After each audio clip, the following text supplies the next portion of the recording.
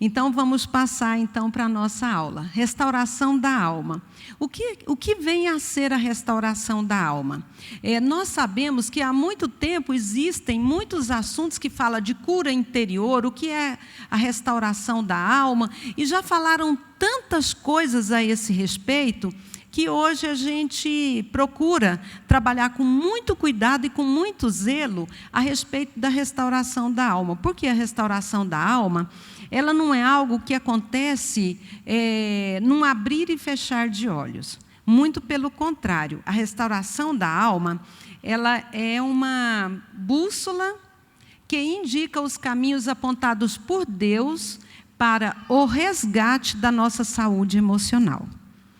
E o resgate, ele depende se eu quiser resgatar. Se eu permitir. Lembra aquela palavra do Senhor Jesus lá em Mateus, quando ele fala assim, que ele ia falar uma parábola, e ele fala assim, ao homem que ouve as minhas palavras e pratica, assemelhá-lo-ei ao homem sensato, que edificou sua casa sobre a rocha, tal. E aí depois ele diz, mas também tem o homem que ouve e não pratica. Eu vou chamá-lo de homem insensato. Ou seja, ouve, conhece, mas não permite essa palavra adentrar o coração. E essa ministração da restauração da alma, ela é como uma bússola, ela indica, ela não obriga. É diferente. Né? Existem algumas propostas de caminhada em que a pessoa é praticamente obrigada a praticar aquilo. Nós não. Ele é livre para escolher. Nós esperamos que vocês façam de fato a melhor escolha. Não apenas estar aqui, porque estar aqui qualquer um pode estar. Agora, permitir essa palavra estar dentro de vocês, gerar frutos que frutifique, faz toda a diferença. Então, essa bússola, ela vai estar indicando o caminho que Deus deixou para que nós tivéssemos o resgate da nossa saúde emocional. Como que funciona esse resgate da saúde emocional? Esse resgate da saúde emocional está lá em Marcos 2,17, e disse Jesus, os sãos não necessitam de médicos, mas sim os que estão doentes. Os que estão doentes. Nós temos doença na nossa alma? Temos. Quem não tem? Qualquer um de nós. Quem aqui não tem? Levanta a mão. Quem não tiver, nós vamos fazer fila para impor a mão sobre nós, para nós pegarmos um pouquinho dessa unção, né? Porque todos nós temos em alguma área da nossa vida pequenas, pontos que estão ali que precisam de ser curados, sarados. E aí, as pessoas, nós fomos criados, principalmente na nossa época, lá em 1940, né? Na nossa época, 1940, nós todos aqui, minha filha, nós duas também. Quando a gente era mocinha, lá em 1970, 80, né, para ser mais certo, mocinha 1980. 1980 era mocinha, e a gente ouvia o pastor que pregava falar assim, aceita Jesus e todos os seus problemas serão solucionados. Gente, isso é verdade? Me conta, é verdade? Não, não é. Aceitar Jesus é recebê-lo como seu Senhor e Salvador da sua alma. É o primeiro passo para a salvação, é o caminho para a salvação. E quando nós conhecemos Jesus e aceitamos Jesus e passamos a conhecer essa palavra e a buscarmos a suficiência da palavra para a salvação da nossa vida, porque quando a gente fala salvação, não é apenas salvação para a vida eterna. Tá bom, gente? A salvação é a salvação do meu espírito, da minha alma e do meu corpo. Não existe salvação só da alma, ou só do espírito, ou só do corpo. Não, é tudo junto. A salvação é a cura de forma geral. Aí, então, quando aceitamos a Jesus, nós nos colocamos dentro da palavra de Deus, e aí sim nós começamos a moldar o nosso caminho na presença do Senhor. O nosso caminho tortuoso começa a ser aplanado pela palavra. E a plana, quem conhece a plana? Ela corta retinho, gente. Vocês viram que lindo. Aí nossas, né? Ó, que chega que para, desliga essa máquina. Não aceito. Não falou que ia ter tudo resolvido? Deixa essa ponta aqui, não quero. E Jesus está falando, você quer me servir? Você quer ser salva? Deixa eu cortar essa pontinha. Porque é ela que impede, como falou o pastor Alain Brizotti ontem, na junção exatamente do galho com o tronco da videira, vem um parasita, se instala ali, impede que a seiva passe para o galho, né? Ele está se desenvolvendo, o parasita, e o galho vai só murchando, ficando pequeno. Entendeu? Então, tem que cortar para o nosso bem. Então, a palavra de Deus, ela é a vara de medir, né? Ela é o prumo, passou dali, tem que cortar. E a gente, quando aceita Jesus, tinha essa falsa ilusão. Tudo vai ser solucionado. E não é verdade. A palavra de Deus, como o próprio Jesus falou que ele veio para os doentes, e não para os que são sãos, eu gosto muito dessa palavra que está escrita lá em Provérbios 28:13. O que encobre as suas transgressões, jamais prosperará. Mas olha que coisa linda, gente. Mas o que confessa e deixa, alcança a misericórdia do Senhor. Amém? Então, quando essas transgressões... As transgressões podem ser colocadas, algumas versões diz o pecado, outros falam as suas culpas. Então, as nossas culpas, nós temos muitas culpas. Algumas falsas, que nós vamos ver, outras verdadeiras. Mais para frente nós vamos falar sobre essas culpas, falsas e verdadeiras. Vocês vão descobrir a esse respeito e vão ser curadas, né, doutora, desse mal que está enraizado, e esse parasita vai sair, em nome de Jesus. Aí, então, ele vai falando, o que confessa e deixa, alcança a misericórdia do Senhor. Alcançou a misericórdia do Senhor para a salvação. Amém? Amém. Mas não ia ter os seus problemas todos solucionados? A pessoa ora, a pessoa jejuma, a pessoa quer ser liberta daquele mal, e ela ora e fala assim, Jesus, arranca de mim essa tristeza. E Jesus está falando assim, é você que tem que tirar. É você que tem que tirar essa tristeza. Eu te dou alegria. Eu já te libertei. Como está lá em João 10:10. Eu vim para que você tenha vida e vida abundante. Então, viva essa vida abundante. Mas cadê essa vida abundante? E muitas das vezes as pessoas se tornavam presas da própria palavra. E sofria horrores, falando assim, quantas pessoas, às vezes eu já atendi algumas pessoas que falam assim, pastora, eu acho que eu blasfemei contra o Espírito Santo, por isso eu não consigo a cura. Meu Deus, que coisa, gente. E não é, porque a pessoa não se permite ser curada. Quando chega no âmago, lá na raiz do problema, ela, cai fora. Por quê? Porque ela tem que ter um enfrentamento daquela situação e ela foge. Então, quando a cura estiver chegando, não sofra, não chore, não corra, em frente. Aqui nós temos grupo de apoio. Vocês viram lá para que serve o grupo de apoio, não viram? 9 razões para vocês analisarem ali. Coloca um Vzinho na frente de... Quem aqui marcou tudo? Tem mais algum aí? É nós, tudo, né? Pé e mão, levanta todo mundo, não é?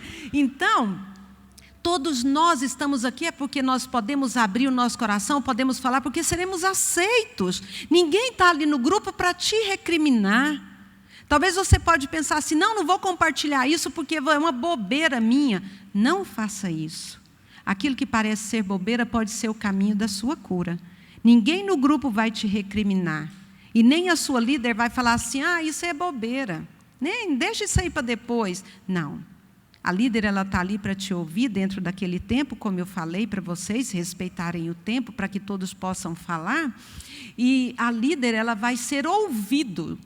Ela vai ouvir e ainda vai ter que ter um tempo para que todos possam orar a respeito dos assuntos que vão ficar pendentes. Nós vamos orar a esse respeito para Deus dar força para todos nós, porque todos nós precisamos dessa cura. Então, a pessoa, quando aceita Jesus, ela alcança a misericórdia do Senhor para a salvação, mas continua com a alma doente. Continua com os seus caminhos ainda que não estão retos na presença do Senhor. E ela luta contra algum pecado oculto que está dentro dela. Ela luta contra os pensamentos. Ela luta contra uma vontade que ela não consegue dominar. Eu escuto muito isso. Pastor, é uma vontade tão grande que eu não consigo. Hoje é muito fácil, né? Todo mundo tem nas mãos. Enter. E vê tudo o que quer, que pode e que não pode. E eu não dou conta de frear, pastora. É maior do que eu. A força, aquela vontade dominadora. Como que eu faço para dominar? Então, aí entra o caminho da cura. Pessoas que precisam de aprender comportamentos diferentes daquilo que foi criado uma vida inteira. Pessoas que precisam de olhar para si e permitir com que essa misericórdia do Senhor seja... Aqui em Tiago 5,16, a continuidade de Provérbios. Olha, quantos anos de diferença de escrito um do outro e uma continuidade do outro. Então, Provérbios 5,16, o que é que ele fala? Portanto, confessem os seus pecados uns aos outros e façam oração uns pelos outros para que vocês sejam curados.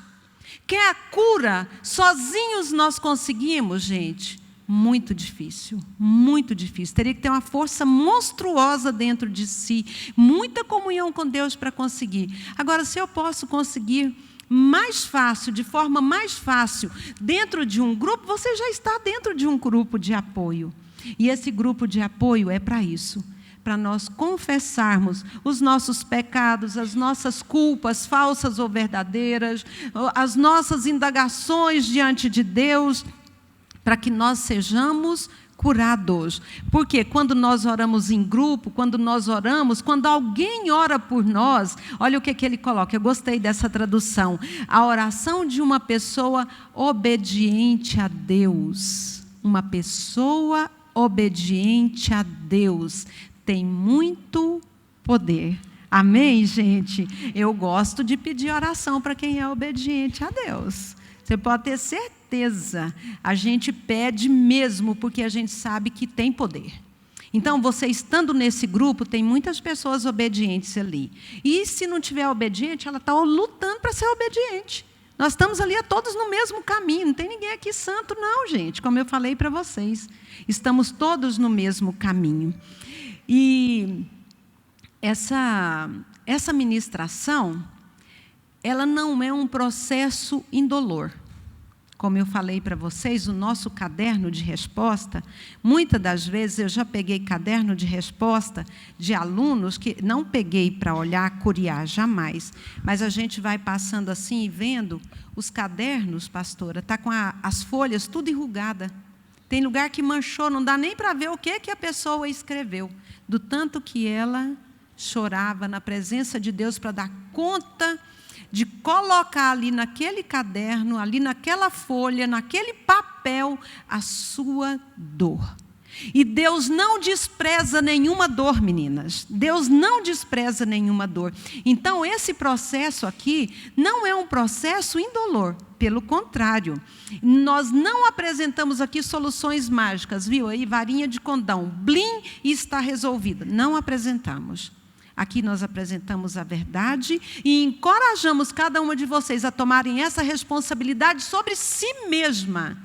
Não pense na outra. A outra não está fazendo bem. Problema dela com Deus. Vai ver que ela está melhor que você. Que ela não está te julgando. Entenderam? Então, nós precisamos de saber que pode ter dor, sim. Mas como diz a palavra do Senhor, o choro pode durar uma noite, mas a alegria, ela vem ao amanhecer, amém? O amanhecer vai chegar para mim e para você. Então, quem é que pode participar desse curso? Esse curso, ele é para todas as pessoas que reconhecem que precisa de ajuda, que sabe que perdeu o controle da situação, que sozinho não dá conta, e está comprometido a participar do grupo. Está comprometido com aqueles lá. Lembra que eu falei com vocês os compromissos? Né, que são adotados? Então, está comprometido. Esse curso é aberto para qualquer pessoa, desde que ela queira participar e se permita ser tratado. Por que que todos nós precisamos de restauração da alma? Por quê, gente? O que acontece conosco? O que acontece conosco como igreja? O que acontece conosco como pessoa? O que tem acontecido? Na verdade, todos nós somos, vocês viram aí, frutos de famílias disfuncionais. Quem aqui não é filho de família disfuncional? Todos nós, em alguma área, somos. Alguns mais, outros muito mais e alguns a menos.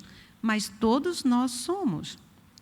E quando nós nascemos dentro de uma família onde não tem funcionalidade, disfuncional quer dizer que não caminha bem, que a comunicação não é boa. Muitas das vezes, pode ser porque tem pai alcoólatra, pais violentos, irmãos violentos também. Mas esse comportamento, ele foi aprendido com quem? Alguém fez com que esse comportamento fosse passado para o outro. E muitas das vezes, uma das coisas que a gente trabalha muito é principalmente pais violentos e pais alcoólatras, tanto homens quanto mulheres, não faz diferença. Pais ausentes, esse é terrível, é terrível, é triste. Esse tipo de disfuncionalidade, ele altera por completo a comunicação no lar. Então, o que acontece? De repente, o que nós chamamos de alcoolismo seco. O que é o alcoolismo seco? É a pessoa que nunca botou uma gota de álcool na boca, mas que tem o mesmo comportamento do pai ou da mãe, que era alcoólatra. Violento, xingador, maldizente, negativista ao extremo. Mas como que pode ser isso, gente? Eu nunca bebi, eu nunca fui violento. De onde veio isso? Fruto de onde nós fomos criados. Eu, fazendo esse curso, os meus pais foram muito bons, graças a Deus, foram muito bons mesmo. Apesar de toda a simplicidade, o papai, então, muito passivo, e papai era mais parecido com o pastor Rondon, né? Para quem conhece o pastor Rondon mais de perto, sabe a passividade e a amorosidade dele. Mas não tira o papai do sério também. Ele era muito severo. Quando ele pegava o cinto assim, nós já tremíamos. Às vezes até fazia pipi nas calças, porque sabia que o chicote ia descer no bumbum. Ele não açoitava a gente para machucar, mas ali ia ter uma correção severa. E a minha mãe, ela era mais assim, pensa na tempestade, que vem assim arrebentando tudo, passa rápido, mas ela vinha arrebentando. E então, eu observei que eu falava assim, eu nunca ouvi, não lembro, com certeza minha mãe deve ter me abraçado, com certeza meu pai também deve ter me abraçado.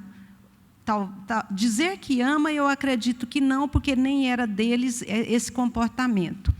Então, eu não lembro da minha mãe me dar um abraço quando criança. Hoje, não, a gente é curado com relação a isso, abraça e diz que se ama com facilidade. O papai, eu não tive a oportunidade de dizer para ele que o amava verbalmente. Mas eu procurava de todas as formas, quando em 1982 para 83, ele foi acometido de um câncer, e eu pensava assim, eu tenho que abraçar meu pai. Eu tenho que abraçar meu pai. Mas não tinha jeito. Como que eu ia abraçar meu pai, aquele homem austero, severo? Como que eu ia chegar e falar, pai, me dá um abraço? Eu nem sei, eu nem sabia falar isso. E um dia eu orando, né, na minha simplicidade lá, da roça que nós fomos criados, eu falei assim, meu Deus, eu tenho que dar um jeito de abraçar meu pai. Antes dele morrer, porque ele já estava muito fraquinho. E aí um dia eu cheguei lá em casa, Deus preparou o momento. Ele estava passando da cozinha para a área, para entrar no banheiro da área. E quando eu cheguei, estava só nós dois ali naquele momento. Aí eu falei, agora. Joguei a bolsa assim em cima da mesa, e ele andando devagarzinho, já muito magrinho, ele morreu de câncer, a metástase que matou ele, o câncer no primário no pulmão e secundário, metástase no rim. Aí eu cheguei para ele e falei assim, pai, posso te dar um abraço? Aí ele falou assim, ô minha filha. E nós abraçamos ali no canto da mesa. Ele até estava escorado na mesa, porque ele já estava tão fraquinho, né? Ele escorou ali na mesa e eu abracei ele.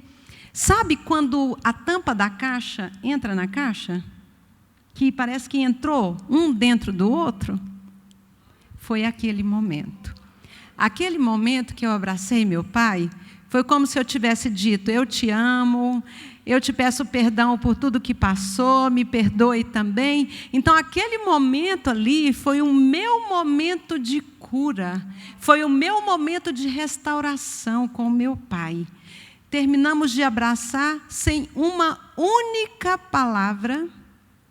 Ele correu para o banheiro, ele foi para o banheiro, né?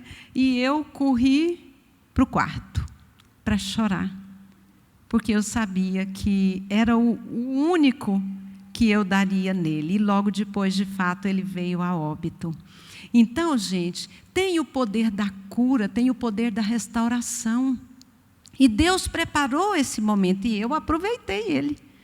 Mas como eu falei, a minha mãe assim, né, tempestuosa e tal, eu casei, né, e às vezes eu falava para o Roberto assim, faz isso. Ele falava, tá bom, vou fazer. Faz isso, era para pegar alguma coisa, sei lá, alguma coisa pesada, né, que precisava, e não fazia na hora que eu queria. O que eu fazia? Pode largar, e já saía falando, ia lá e pegava aquilo, nem que aquilo me machucasse, sabe? E já ia fazer igualzinho quem? O comportamento da minha mãe. Então eu tive que aprender. Eu tive que aprender e modificar o meu comportamento. Hã? Coitado do meu amigo. Não, isso foi no passado, irmã. Hoje está muito melhor. Imagina como era. Então, gente, hoje eu aprendi um novo comportamento. Tem hora que dá vontade de fazer igual. Nossa, misericórdia. No corpo inteiro. Mas eu penso, Jesus, me acode, não é? Tem hora que dá vontade de falar umas coisas, não tem? Tem que ter a água santa lá do lado, gente. A gente não fala sobre a água santa? A gente tem que ter sempre um copo de água santa. Quando a gente quer falar aquilo para o nosso marido ou para o nosso filho, alguma coisa que está nos embrutecendo, o que nós temos que fazer?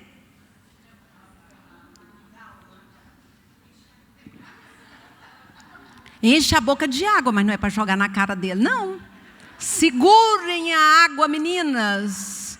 Deu uma volta na cozinha, deu uma volta na sala, clamando o sangue de Jesus, com imposição de mão na sua cabeça. Meu Deus, tem misericórdia, me ajuda, me faça prosperar no meu caminho, me ajuda. Por quê? Porque nós, como fruto dessa família disfuncional, nós vivemos situações que nós não damos conta de dominar, não. E que se não for o domínio próprio estabelecido lá no fruto do Espírito, quem comprou o livro do pastor Alain Brizotti vai poder se deliciar, né? Ou então lendo a palavra também, vocês vão poder encontrar essa bênção dessa restauração, que é o fruto daquilo que nós vivemos lá no passado. E que nós precisamos. Quantas vezes no nosso curso, né, Melinda fez com a gente o curso, as meninas compartilhavam: pastora, durante o curso eu aprendi que eu tenho que mudar de posição, eu tenho que aprender a falar, eu tenho que aprender a fazer isso, aquilo outro. Gente, aqui é uma grande escola. A vida é uma grande escola e nós estamos aqui para aprender. Ou você vai continuar embrutecido? A questão é sua. É uma opção sua. Você pode continuar fazendo do jeito que você quer. Você vai ficar para trás. Você vai ficar às margens de si mesmo. Olha que tristeza, gente. Saia da margem de si mesmo. Para de botar limitação para você. Acredite que você é capaz. Fuja desse distúrbio que você viveu lá na sua família, tentando separar o pai e a mãe, o tio e a tia, o vizinho, os irmãos. Saia da margem de si mesmo. Olhe para frente, sabe por quê? Nesse grande laboratório, nós estamos aqui para experienciar a aplicação da palavra de Deus. O caminho que o Senhor Deus nos apresenta. E o caminho que Deus apresenta para mim pode ser diferente para você. Mas parte daquilo que Deus está falando para mim pode também ser exemplo para a sua vida.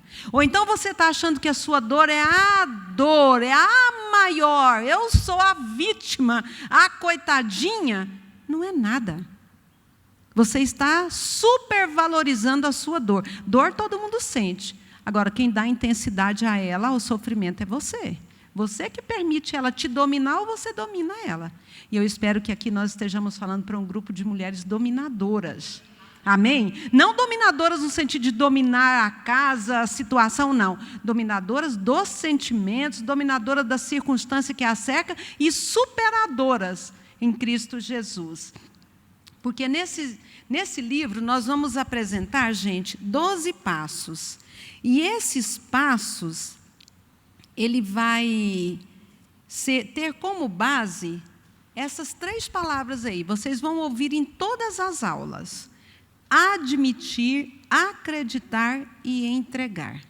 O que é admitir? Admitir que eu não tenho controle sobre a situação. Eu perdi o controle. Então, eu admito que eu tenho erros, que eu estou errada, que eu preciso consertar e que eu preciso de ajuda. Sozinha eu não consigo. Então, admitir. Segunda palavra, acreditar. Eu preciso acreditar que há um Deus maior do que a circunstância que me envolve e que Ele tem esse poder de restaurar aquilo que eu perdi, que eu deixei ser levado pela circunstância, pela situação, por isso, por A, B ou C, sem querer justificar nada, porque as nossas justificativas não valem nada. Então, eu preciso acreditar que há um Deus maior e que pode me restaurar. Mas para que isso aconteça, eu preciso da terceira palavra, entregar.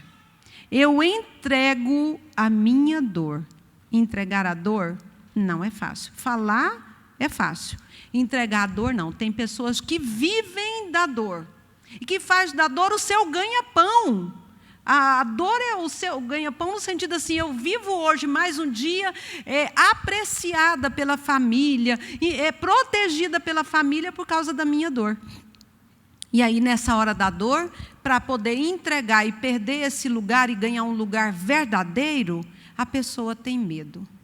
Então, nós precisamos ter coragem para entregar a nossa vida, a nossa dor nas mãos de um Deus que tudo pode. Por isso, essa mulher aí, equilibrista, aí, que vai nessa fita, né, tem até um nome específico que agora me esqueci, ela está atravessando de uma ponta de um vale, né, um penhasco aí, só com os pés e nada mais. Tem que ter muita coragem. E nós estamos aqui crendo em Cristo Jesus, que a ação do Espírito Santo de Deus é que vai poder falar melhor ao coração de cada um, porque tudo é possível àquele que crê. Você crê? Amém? Cremos, meninas? Amém? Mas quando Jesus falou isso, ele falou para um homem, tudo é possível ao que crê. Mas o que é que o homem respondeu? Ajuda na minha falta de fé. Então, Senhor, nos ajude naquilo que nós precisarmos. E por último, a oração da serenidade. Eu gosto muito dessa oração da serenidade, porque ela nos faz encarar algumas realidades. A oração é o seguinte: Deus, conceda-me a serenidade de aceitar as coisas que eu não posso mudar, coragem para mudar as coisas que eu posso e sabedoria para reconhecer a diferença entre o que eu posso mudar e o que eu não posso. Para isso nós temos que orar e pedir a Deus. Sem oração, nós não conseguimos. Tanto é que no livro fala que a transformação que vai ter em você vai depender do seu tempo de investimento em oração. Então, se você investir muito, você recebe muito. Entenderam? Amém, meninas?